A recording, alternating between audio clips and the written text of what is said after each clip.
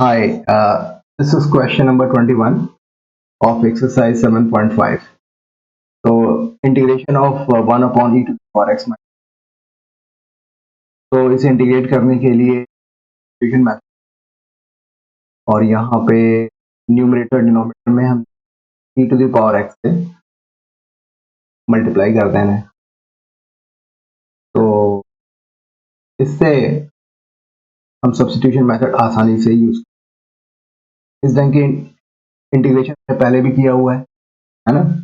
तो जैसे e to the power x है तो t एज्यूम करते हैं, तो e to the power x dx equal to D. तो यानी कि अबव एक्सप्रेशन जो है उसका फॉर्मेट थोड़ा चेंज हो जाएगा। न्यूमरेटर में e to the power x dx को हम लोग dt लिख सकते हैं और e to the power x means t and e to the power x minus 1 is equal to t minus 1। तो चूंकि ये डिनोमिनेटर काफी सिंपल है तो इसे पार्शियल फ्रैक्शन में हम कन्वर्ट कर सकते हैं, ज्यादा कुछ में करनी पड़ेगी। a upon T plus b upon T minus 1 करने की हम ऐसा t माइनस टी माइनस 1 ऐसा लिख सकते हैं। न्यूमरेटर में 1 है तो t माइनस टी प्लस 1, ठीक है ना, t और t कैंसिल हो गया, t minus 1।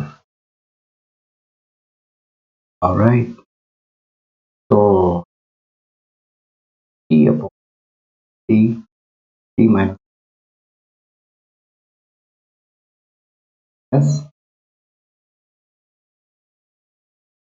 t minus 1 upon t, t minus, ठीक है।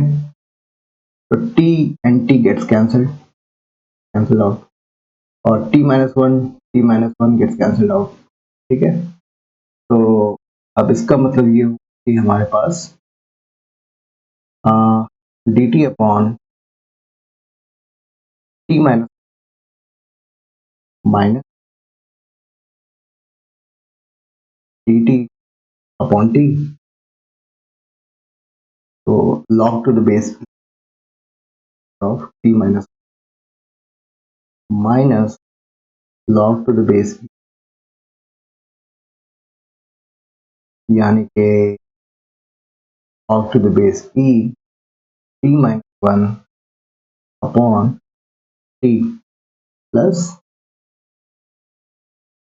तो t की जगह पर हमें क्या लिखना है, e square e to the power x, pardon me, log to the base e mod of e to the power x minus 1 upon e to the power x plus c. This was all about this follow statement।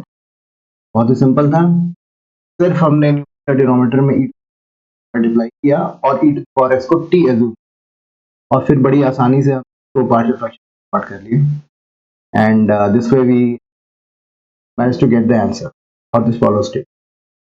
तो ठीक है, I hope आपको ये explanation समझ में आया होगा। Thank you.